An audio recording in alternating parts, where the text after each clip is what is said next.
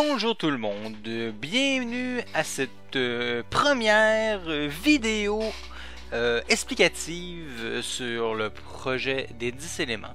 Cette vidéo est conçue dans l'objectif de vous expliquer le projet des 5e secondaires en art visuel. Et en même temps, étant donné que c'est sur ma chaîne YouTube aussi, bien, si vous n'êtes pas mon élève, mais vous voulez quand même faire le projet, bien, vous allez pouvoir suivre les explications. Ça fait comme vous pouvez voir la première page, les 10 éléments, fait par moi-même Patrick Langlois. Vous avez l'adresse de mon site internet. Malheureusement, je fais plus grand chose sur mon site, mais c'est une question de temps. Mais je vais m'arranger pour peut-être essayer de rendre cette diapo, cette vidéo, ce PowerPoint, vous dis-je bien, sur mon site à moi. Il faut juste que je me reconnecte, puis je fasse des petits liens. Ça fait que on y va avec les 10 éléments, comme vous pouvez voir. L'idée, ben on va y aller directement. La proposition de création. Si vous êtes mon élève, vous devez avoir en votre possession le carnet de traces pour pouvoir prendre en note à l'intérieur la proposition de création. Vous pouvez mettre sans problème la vidéo sur pause après que j'ai fait la lecture et après ça vous pouvez repartir le tout pour continuer les informations, mais seulement vous continuez la vidéo seulement si vous avez tout noté ce qui est écrit ici dans votre carnet de traces. Et vous écrivez tout au complet, s'il vous plaît. Merci. Pas de résumé. C'est que le projet des 10 éléments consiste dans la création d'une œuvre qui contiendra 10 éléments graphiques imposés. Les élèves devront trouver différentes solutions afin de pouvoir intégrer chaque élément dans sa composition. Les 10 éléments devront être disposés de manière que l'ensemble général soit en harmonie. Il n'est pas nécessaire que le tout soit réaliste. Le surréaliste pourrait être une influence intéressante pour le travail. Le projet sera réalisé avec des crayons couleur bois sur carton blanc. Bien sûr, peut-être possibilité de mettre un peu de feutre, surtout au niveau du noir. Je vous refais un résumé. Vous allez avoir 10 éléments qui vont être imposés par l'enseignant. Les enseignants, dépendamment, parce qu'il y a peut-être d'autres personnes qui ont utilisé cette vidéo, bien, vous devez simplement prendre tous ces éléments-là que vous ne connaissez pas encore, mais que vous allez voir dans la prochaine diapo, prendre tous ces éléments et trouver le moyen de les assembler ensemble pour donner quelque chose de visuellement intéressant. Et en même temps, c'est un défi et ça nous permet de faire quand même un peu de révision et ce n'est jamais mauvais la révision. Fait que le plan de travail, tout d'abord, on va utiliser dans notre cas des feuilles de carton Caribou 6 plis. Vous pouvez utiliser du papier, pas de problème. À fin de compte, le support reste quand même une option très ouverte si vous voulez. Mais dans mon cas, étant donné que c'est moi qui fournis le matériel, vous allez utiliser une feuille de carton Caribou 6 plis. C'est un carton blanc qui est quand même très épais, fait que ça nous permet de faire quand même des grandes surfaces. Et l'avantage aussi, si on décide, et je pense que ça va sûrement arriver, d'utiliser des feutres noirs, ça va permettre de ne pas traverser à travers parce qu'il est quand même assez épais le carton. Les outils que vous allez avoir besoin, bien sûr, règle de 30 cm, crayon graphite, des crayons à dessin, votre petite boîte de HB, 2B, 6B, 8B, peu importe. Efface, bien sûr, crayon de couleur et crayon noir et blanc. Bien sûr, le blanc, ça va être à moi de vous fournir ça, crayon noir et blanc, sûrement. J'ai l'intention de vous acheter des crayons en gel, mais ça, c'est un autre dossier. Technique, dessin avec de la perspective. Très important, la perspective, on va en avoir plusieurs, pas dans cette vidéo, dans les prochaines, mais ça va vous aider à mieux comprendre, mais on va en avoir plusieurs techniques de perspective, techniques de 3D pour créer de la profondeur, et il faut falloir choisir là-dedans. Mais plus les techniques sont difficiles, plus les points sont payants. Geste transformateur, bien sûr, on est surtout en dessin, j'ai marqué dessiner, ancré, parce que nous allons bien sûr faire en sorte de réutiliser ou de retracer certaines zones importantes. Moi je trouve ça toujours très intéressant, surtout quand on fait du dessin, de se permettre de tracer le projet à nouveau avec des lignes de contour. En même temps, ça nous permet de corriger quelques erreurs de petites lignes moins bien fait et ça fait au final le résultat est toujours plus intéressant. Et j'ai rajouté colorier comme geste parce qu'on va appliquer de la couleur.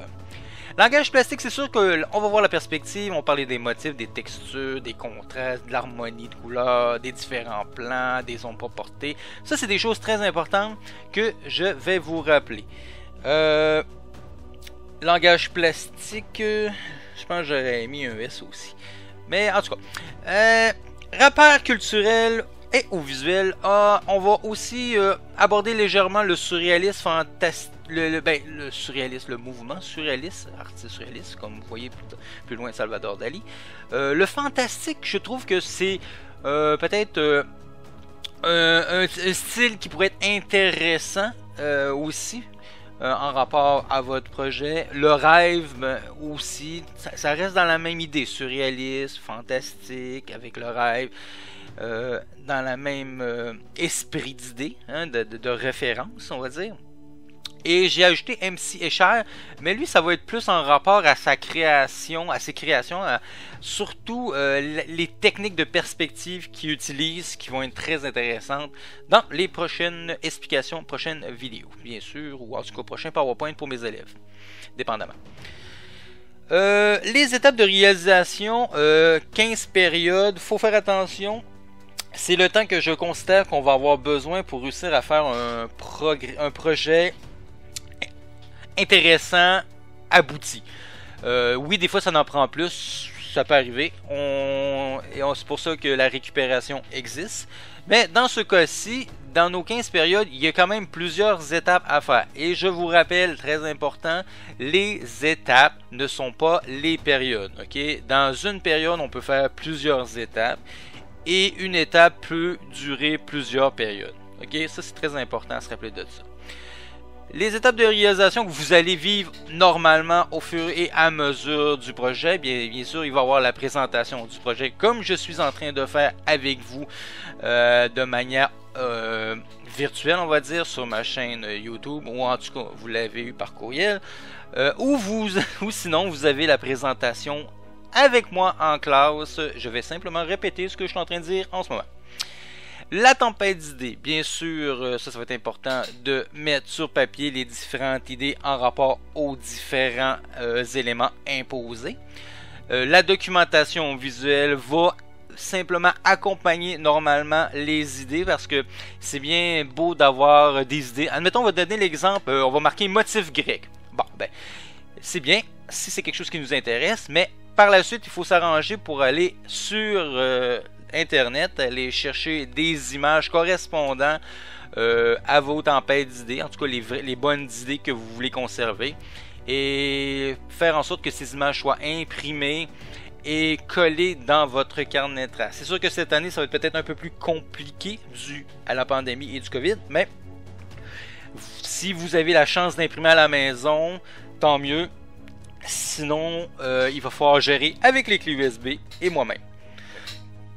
Après ça, explication et exercice avec de la perspective avec point de fuite. Ça veut dire que après les explications qui vont vraiment avoir lieu après cette vidéo, après ce PowerPoint, cette vidéo explicative, les prochaines vidéos vont consister aux explications sur la perspective avec point de fuite. C'est sûr qu'on va tout revoir la plupart des perspectives.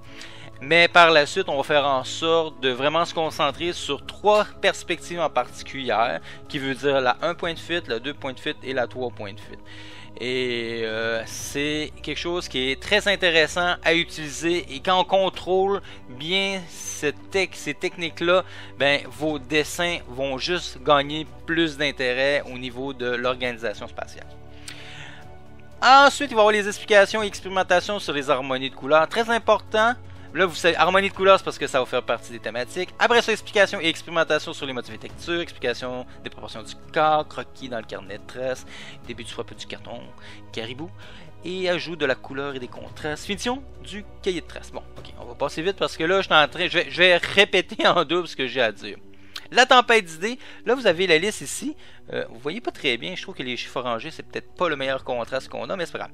La tempête d'idées doit être réalisée dans le cahier de traces que vous avez déjà reçu. L'élève doit inscrire les 10 éléments dans les espaces appropriés. Et ces espaces sont ceux-ci. Fait que dans votre carnet de traces, vous allez devoir rajouter des bulles pour pouvoir faire votre tempête d'idées. Ce qui est important, c'est d'avoir tous identifié tous ces éléments. Parce que les éléments qui vont être imposés dans votre projet. Premièrement, avoir différents plans. Avoir un premier plan, deuxième plan, troisième plan, un plan éloigné de ça. C'est vraiment, on veut créer une profondeur en rapport à tous les éléments que vous allez mettre pour pas que tous les éléments se retrouvent au même plan. Les différentes perspectives. Vous allez choisir quelle perspective vous allez faire dans votre projet. C'est sûr que si vous décidez d'aller pour la perspective à 3 points de fuite, c'est beaucoup plus complexe, mais on s'entend que le résultat peut être aussi beaucoup plus intéressant que simplement de l'utilisation de la perspective 1 point de fuite. Mais attention, c'est pas parce que la difficulté est beaucoup plus élevée qu'au final le résultat va être meilleur. Fait que c'est très important. L'important c'est d'être capable de les contrôler, les trois, oui, dis-je bien. Et après ça, c'est peut-être de faire un choix en rapport en sachant très bien nos limites techniques en rapport à cette technique de perspective à 1, 2 ou 3 points de fuite. Logo. Vous allez devoir insérer un ou des logos. C'est sûr que j'aurais tendance à dire que plus on en met, mieux c'est, mais il faut faire attention, hein, la quantité n'est pas toujours équivalent à la qualité.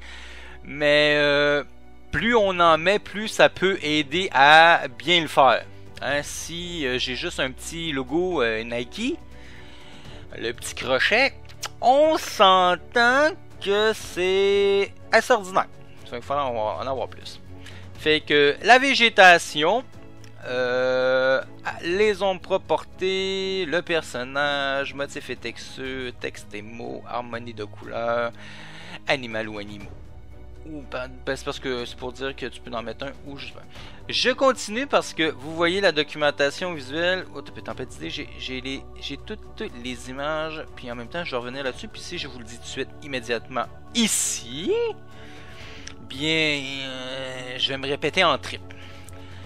C'est que je vous laisse encore quelques secondes pour bien noter les tempêtes d'idées, ça veut dire les différents plans, les différentes perspectives, les logos, on met de la végétation, on met des ombres propres et portées sur ces objets, le personnage ou des personnages parce que tu peux choisir dépendamment, parce que dépendamment des choix qu'on va faire, la quantité versus la qualité, ça peut donner une force. Si tu veux montrer une foule que... Fait créer une foule, il faut quand même que tu dessines beaucoup de personnages. Hein, ça fait que t'en mettras pas juste un si tu veux représenter la foule. Motif et texture. Le texte mot, c'est un petit peu dans le même principe que les logos. On va trouver le moyen d'intégrer ça là-dedans. Les harmonies. Harmonie de couleur, ouais, j'avoue que les harmonies auraient été mieux, là, mais parce qu'il y en a plusieurs, mais au final, il faudrait peut-être mettre un SI là.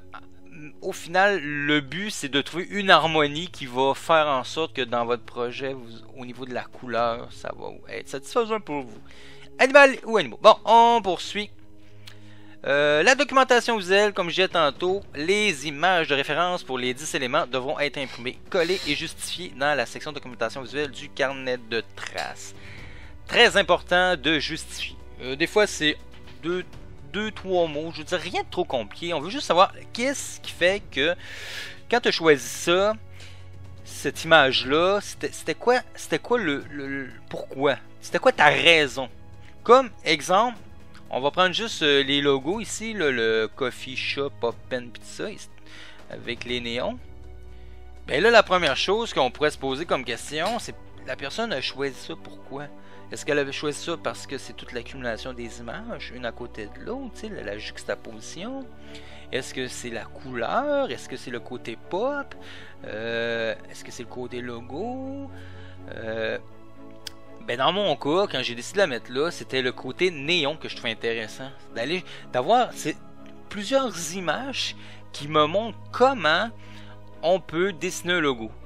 Ben pas un logo, excusez, un néon. C'est parce qu'un néon, c'est vraiment très lumineux. C'est qu'il faut trouver le moyen de dessiner ça. Faut vraiment faire très attention et regarder attentivement. Puis c'est tout, ça arrive, vous voyez là, mais c'est sur un fond noir aussi.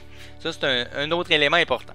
Fait que c'est important de justifier les images que vous avez sélectionnées parce que je considère que les images que vous avez décidé d'imprimer sont des images qui sont très importantes pour votre création, dans le sens qu'elles font la suite de votre tempête d'idées. Fait que dans votre tempête d'idées, vous avez des éléments que vous trouvez intéressants. Après ça, ben, vous officialisez tout ça en imprimant les différentes idées, comprendre un peu où ce que vous allez avec ça. Et par la suite, ben, vous mettez juste une petite note là, explicative. Pourquoi? Les différents plans. Là, on a un exemple qui date de très longtemps. Hein? On va essayer lundi. Ici, l'exemple, ben, c'était de montrer, vous voyez, ici on a une espèce de T-Rex, dinosaure, je sais pas trop, pour un T-Rex c'est pas grandant, mais en tout cas, au premier plan, et après ça, vous voyez, par la suite, comme la ville ici, qui est un plan plus loin, ben même peut-être 2 plans plus loin, dépendamment avec ça, après ça, on voit comme une silhouette de la ville qui montre qu'il y a encore, déjà la ville est faite sur 2 plans, ça, déjà là, je trouve ça intéressant en rapport à ça. Après ça, on a le soleil en arrière qui est un 3e plan. Fait que ça, c'est ça qui est important de se rappeler, c'est qu'on la création, quand on va placer ces objets, différents objets, ça va être important de penser à créer cet effet de profondeur-là, pour pas se retrouver avec quelque chose de trop rapproché. Exemple, l'image que vous avez là, en ce moment de paysage, vous avez un exemple parfait de différents plans. Hein, on a la vieille souche de bois là, qui est au premier plan, puis tellement au premier plan qu'elle n'est même pas dans le cadre au complet, elle sort du cadre. Et par la suite, on a l'eau, on a les arbres, un peu plus loin, on a les montagnes, puis on le voit, on le sent. On a le bois à côté, puis on sait très bien qu'il faudrait marcher assez, et même très très longtemps, avant d'arriver à l'autre bout. Puis à l'autre bout, ça dépend. Est-ce que tu parles de l'autre bout du lac ou à l'autre bout des montagnes? Dans les deux cas, il y a quand même une bonne différence, mais ça quand même, tu sens qu'il y a une profondeur, tu sens qu'il y a une distance. Fait que ça, c'est quelque chose qui va être très important parce qu'on est sur un support 2D, mais il faut trouver le moyen d'aller chercher toute cette profondeur-là, que notre feuille 2D devienne un effet 3D. C'est exactement ça qu'il faut faire attention en rapport à ça. Ça va être très important de créer cet effet-là. Pour vraiment sortir du lot en rapport au projet, pour donner vraiment une impression de profondeur et tout ça. Mais en intégrant toutes les choses qu'on va voir. Les différentes perspectives avec point de fuite, bien sûr. Ici, vous avez 3 exemples. Vous avez l'exemple à 2 points de fuite, à 1 point de fuite, et à 3 points de fuite. Bon, là, je pourrais vous poser, qu'est-ce que vous pensez? Lequel est le point de fuite? Le 1 point de fuite selon vous? Selon vous, quel est le point de fuite? 1 point de fuite, pensez-y. Lui a 1 point de fuite, c'est celui-ci. Hein, c'est lui de droite. On peut bien voir que les lignes de fuite vont vers un point uniquement. Si je vous laisse une autre chance pour le 2 points de fuite, et oui, c'est bien lui à gauche, parce que vous voyez, on est capable de voir que plusieurs lignes de fuite vont vers la gauche et vers la droite. Ça, c'est toujours la difficulté quand on fait de la perspective, c'est toujours de savoir la ligne va dans quelle direction en rapport à quel point influence la ligne. Et bien sûr, là on le voit peut-être pas super bien, mais ça ici, c'est la 3e image au centre. Un peu plus bas, c'est de la perspective à 3 points de fuite. Mais ça aussi, ça va être vu dans une autre explication. Mais, comme vous pouvez voir, au moins vous pouvez déjà commencer à réfléchir à quelle perspective au point de fuite. Parce que là, il faut faire attention. Là, vous voyez, vous avez 3 exemples. Différentes quand même, quand on regarde ça. Hein? Avec point de fuite différent, mais je veux dire, c'est pas nécessairement parce que tu prends le 1 point de fuite que ton projet va ressembler à ça. Hein, ça aurait pu être aussi la petite maison, l'arche. À 1 point de fuite aussi, ça fonctionne. C'est juste que il faut quand même réfléchir à quelle perspective que vous allez utiliser pour faire votre projet. Mais dans mon cas, parce que en tant que prof, c'est toujours important de faire les créations que je demande. Mais moi, je vais y aller avec un 3 points de fuite. Juste comme ça. Le défi m'attend. On poursuit avec les logos. Vous aviez déjà vu un petit peu tantôt avec les néons. Vous voyez ici, je me suis pas trop compliqué la vie. J'ai pris des images avec déjà plein de logos intégrés. L'idée, c'est de rajouter le petit côté pop art ou le petit côté logo art populaire dans le projet. Hein? Fait que ça va être à vous de décider quelles sont les marques importantes pour vous, ou en tout cas qui sont associées à votre création. La végétation, on s'entend que la végétation va être importante. Je veux que la végétation soit présente dans le sens qu'elle prenne la place, qu'elle est importante, que la végétation c'est approprier l'environnement. Hein? C'est comme un peu, on pourrait à la limite dire post-apocalyptique, ça veut dire tu as des vieux bâtiments tout détruits en perspective, mais la vie est revenue par la suite, elle a repris le contrôle de l'endroit. C'est dans ce sens-là. Ben, moi je le dis comme ça, mais vous peut-être vous allez le voir d'une autre façon, la végétation. Parce que je ne vais pas tout vous imposer de dire qu'il faut que ça soit style post-apocalyptique, c'est des débris, la nature a repris ses droits. Ça, moi, je le verrais bien dans le mien, moi, comme ça. Dans le vôtre, végétation luxuriante, végétation absente, ou en tout cas très peu, un armor, je sais pas. Mais ça va être à vous de décider. Mais le côté naturel, va être très important. Il va rentrer, on va dire, en contraste et même en conflit, à la limite, avec le côté perspective. La perspective, c'est humain, ça, c'est une structure. La végétation, c'est quelque chose qui va venir... c'est comme si on avait entre la création de l'homme, une espèce de... versus un combat, puis la végétation. Hein? Ça va être à vous de trouver comment vous allez gérer tout ça. Par la suite, les animaux. Les animaux, c'est la même chose. Ça va être à vous de décider comment vous allez réussir à intégrer un animal ou des animaux, dépendamment. Et de quelle façon. Parce que c'est pas obligé que votre animal soit un animal style réaliste. Et vous voyez, j'ai un exemple d'œuvre de projet d'élèves avec la tête de hibou ou chouette. On va dire hibou.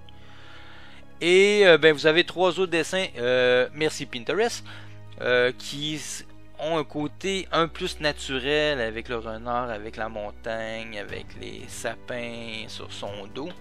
On a aussi l'oiseau avec comme aile, aussi on dirait des branches de pin ou d'épinette. Et on a le cerf, je suppose. Ou caribou, non, il me semble un caribou, il y a un gros panache pour un caribou, ça pourrait être un caribou. En tout cas, c'est pas un orignal, ça c'est sûr.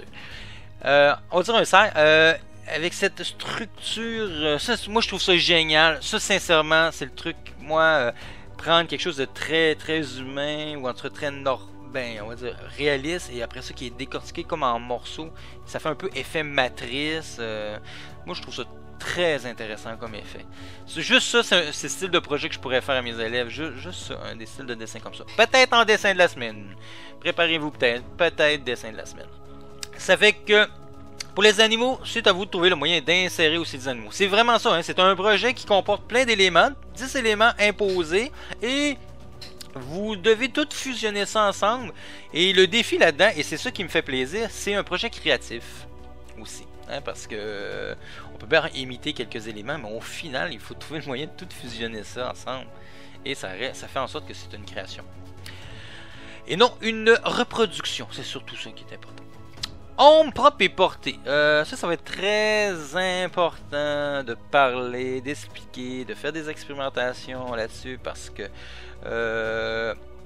la 3D qu'on va créer, les objets qu'on va ajouter, sont dans un endroit où il y a de la lumière, et ça c'est quelque chose de trop souvent négligé, oublié, sous-estimé même, je pourrais dire. Les effets d'ombre, les effets de lumière, les ombres portées, c'est pas évident, mais un coup que c'est maîtrisé, l'effet est assez bluffant. Mais ça, ça va être des explications beaucoup plus tard. Vous n'avez pas besoin de choisir pour l'instant votre lumière. Pour l'instant, on peut dire que c'est quasiment une case qui peut rester vide parce que c'est plus une application de la technique.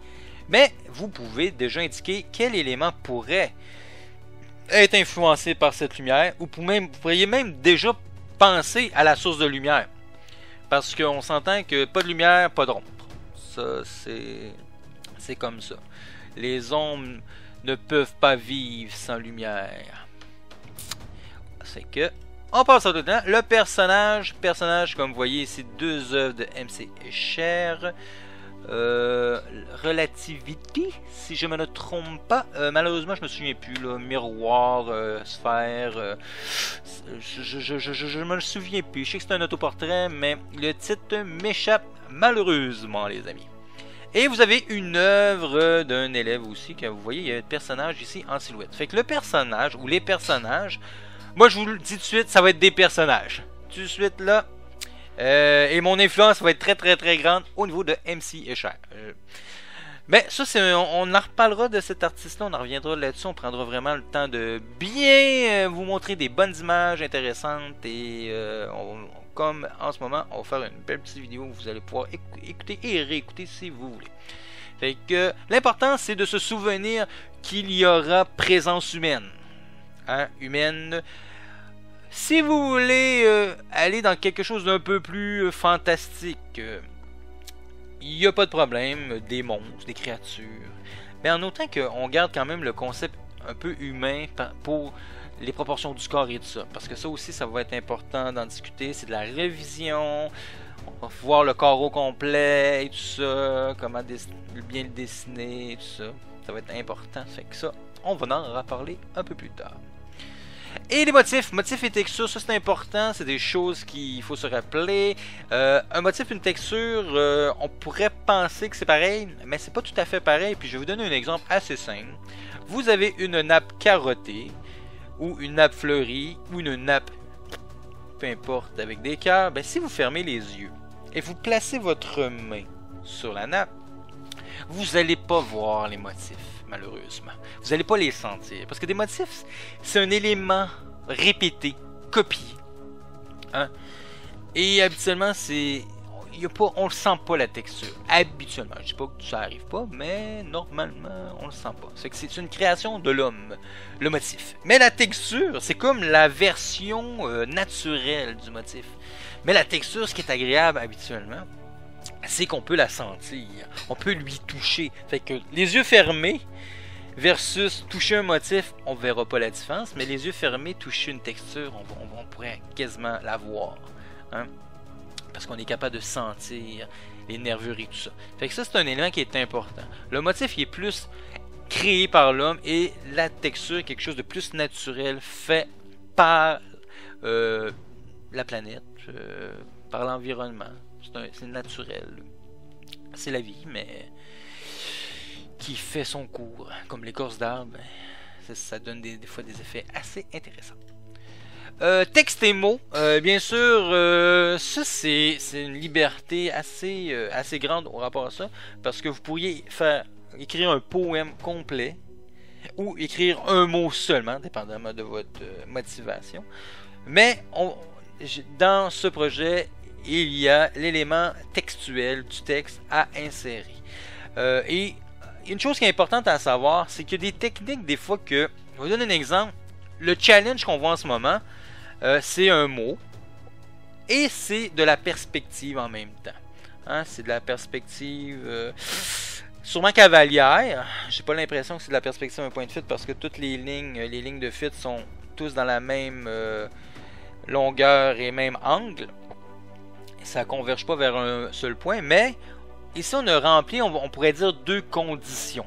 Bon, est-ce qu'on a super bien rempli les conditions? Ça reste quand même un mot et un effet de 3D avec la perspective cavalière, mais ça fait en sorte que ici, dans mon évaluation, je pourrais dire que oui, le mot a été fait et l'effet de perspective cavalière, dans ce cas-ci, a été fait. Fait que ça, c'est très important aussi de se rappeler qu'il va y avoir des combinaisons d'éléments. C'est impossible de séparer chaque élément, puis même au contraire, je conseille de les mélanger, et c'est là que les combinaisons que vous allez créer vont faire en sorte que vous allez être beaucoup plus créatif et original que votre voisin ou voisine de travail. Fait que pour le mot, le texte, c'est à peu près ça.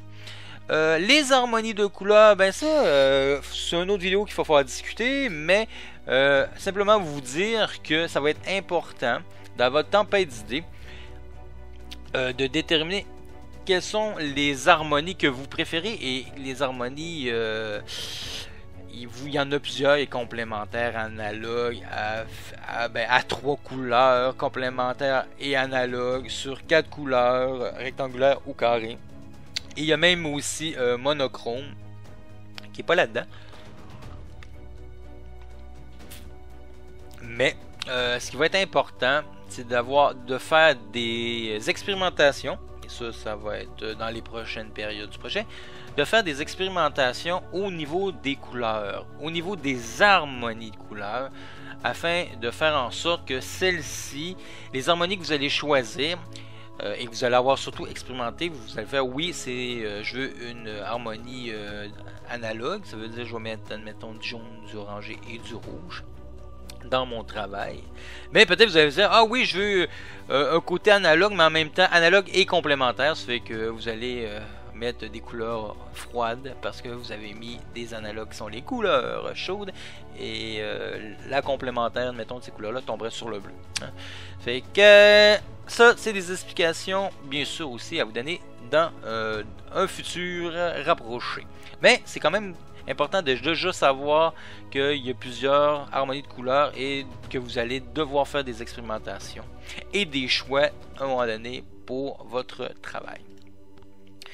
La réalisation des croquis, comme d'habitude, après avoir fait la tempête d'idées, la documentation visuelle, vous allez pouvoir commencer officiellement à faire des croquis. Une chose très importante au niveau des croquis, et ça reste des esquisses. Hein? C'est important. Il ne faut pas s'embarquer dans quelque chose de trop complexe, parce qu'à un moment donné, ce qui va arriver, qui peut arriver, c'est que vous allez tellement mettre d'efforts dans votre projet, vous allez tellement le trouver beau, que quand vous allez commencer à faire votre preuve, ben vous allez vraiment avoir l'espèce d'impression que vous faites le travail en double. Parce que vous avez mis peut-être un peu trop d'efforts, ou de talent, peu importe. Le résultat est trop intéressant, et là vous arrivez à passer au propre, puis ça marche. Ça fait qu'on reste dans les esquisses, dans le croquis, pas trop compliqué. On place ses idées. C'est ça qui est important, c'est de placer ses idées pour bien visualiser, autant pour vous que pour moi, votre travail. Il va y avoir aussi plusieurs expérimentations, comme je disais au départ. Vous avez quelques exemples ici, des expérimentations sur les harmonies de couleurs, comme on a vu avant, les dégradés des objets 3D, comme ici vous avez un petit effet dégradé, les ombres propres et les ombres portées sur les ici. Vous voyez, il y a des ombres portées et des ombres propres. Ça, c'est des choses qu'on va faire en exercice sur d'autres feuilles qui vont bien sûr par la suite se retrouver dans le carnet de traces, et bien sûr les motifs et les textures que vous allez faire. Bien sûr, les textures, ça va être des textures représentées et non réelles. C'est important de le savoir. Démarche de création, plus tard quand vous aurez fini votre projet, ça va être important d'expliquer votre démarche de création et en même temps de justifier vos choix. Votre tempête d'idées, la documentation visuelle, les croquis que vous allez faire, les expérimentations et le résultat final. Vous devez expliquer tout ça, les démarches, mais tout en justifiant, en expliquant vos choix personnels. Très important. Il faut un beau mélange des deux. Autant la technique, c'est bien de le dire, mais en même temps, il faut ajouter à cette technique-là les choix que vous avez faits. Hein? Parce que si vous me dites simplement que vous avez dessiné, ça ne marchera pas. Hein? Tout le monde a dessiné. Dis-moi plutôt que tu as dessiné quoi? Tu as colorié quoi? Tu as choisi de faire quelle perspective? Faut me le dire. Très important. En tout cas, très important pour la démarche de création, pour bien comprendre le travail. Pour les critères d'évaluation, pour le projet, hein, on s'entend que le projet vaut 70%, le carnet de traces en vaut 30%, fait qu'il faut s'assurer de bien faire tout dans son carnet de traces. Bien, au niveau du travail, bonne organisation spatiale, perspective et plan. Ça va être important d'être capable de bien gérer tout ça. Pour le résultat, hein, la perspective, l'effet de profondeur. Une bonne intégration des éléments physiques. Ah, je viens de voir qu'il manque un S. Oh, dites affaire, il manque des S partout. Bonne intégration des éléments physiques. Ça va être important. Le personnage, l'animal, les végétaux. De réussir à bien fusionner tout ça ensemble. Hein, parce que est-ce qu'il va y avoir un lien ensemble ou il n'y en aura pas, ça va être seulement divisé. Ça, faut faire attention. Quand vous allez placer vos éléments, il faut bien réfléchir à tout ça. Bonne application des éléments visuels. Les contrastes. Hein, contraste, chaud-froid, c'est un contraste. Noir-blanc, c'est un contraste.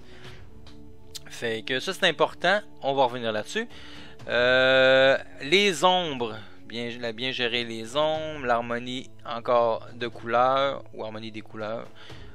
Bonne utilisation des éléments graphiques, les logos et le texte. Quand on dit bonne utilisation, c'est-à-dire trouver un bon moyen quand vous les insérez dans votre œuvre. Faut pas que ça fasse trop. Ah, il est juste là. Des fois, il faut se poser la question. S'il est là ou il est pas là, qu'est-ce qui serait préférable? Si la réponse, il serait mieux d'être pas être là, ben t'es mieux de trouver d'autres choses, d'une autre idée, parce que si tu me dis que son absence est plus intéressante que sa présence, ça veut dire qu'il n'est pas bien intégré. Et au final, bien sûr, l'originalité, l'appréciation globale de l'œuvre. Tu sais, je veux dire, c'est facile de prendre une œuvre, de la regarder rapidement, là, avec tous les critères en tête rapidement, puis de dire ça vaut 80. Ça peut se faire rapidement. Fait que l'œuvre globale, hein, on décortique au début, mais tu au global, là, tout quand tu la regardes d'un coup, là, la première impression, là, c'est quoi, là? C'est intéressant, c'est original, il y a eu des bonnes idées, c'est bien fait, c'est bien dessiné. Fait que ça va être très important. Fait que ça, vous notez ça dans vos critères d'évaluation. Appréciation, on en reparlera une autre fois. Quelques exemples que vous voyez. Là, très important à vous dire, c'est que ces œuvres-là datent de très longtemps. C'est un projet que ça faisait longtemps que je voulais refaire. Puis j'avais jamais l'occasion. Surtout que c'est un projet de début d'année, ça. Et j'avais déjà pas mal tous mes projets de début d'année, mais cette année, ça donne que on peut se permettre de nouveaux projets. Fait que je vous les montre rapidement, on en discute un peu, mais pas trop. Mais si on regarde rapidement, on a de la perspective, on a des effets de couleur, mais ici, dans ce cas-ci, c'était uniquement une couleur. On a des chiffres, on a des lettres, on a de la végétation, de la pomme. Puis à l'époque aussi, c'était pas les éléments étaient différents. On avait du collage, je me trompe pas. Il y avait des noms, des chiffres, une couleur, des motifs. Fait qu'on se retrouve toujours avec des éléments. Il y avait du collage. Regardez ici, vous voyez, je sais pas si vous voyez bien, mais il y a des petits pépins. Des petits pépins. Fait que vous avez des chiffres, toujours une couleur. Il n'y avait pas de couleur. Mais cette année, vous pouvez choisir vos harmonies de couleurs. Vous voyez ici, il y a quelque chose de collé. On a même une date, si je me trompe pas. Ça a peut-être été fait en 2009. Ça se pourrait. Ça se pourrait très bien. Ça serait même très logique. Et ça c'est un de mes préférés qui a été fait à l'époque avec une de mes élèves qui était très bonne. Et c'est même avant la concentration. Et un autre ici. Et qui dit bon travail. Ça fait que j'espère que les explications étaient claires. Si vous avez des questions, envoyez-moi des questions. Vous pouvez me l'envoyer par courriel à mon adresse d'enseignant. Vous pouvez aussi, si mon team en ce moment est fonctionnel, vous pouvez aller dans le team et m'envoyer d'autres questions. Et sinon, vous attendez au prochain cours pour que je puisse répondre à vos questions. Ça fait que j'espère que vous avez apprécié la vidéo. Je vous dis bye et à la prochaine explication.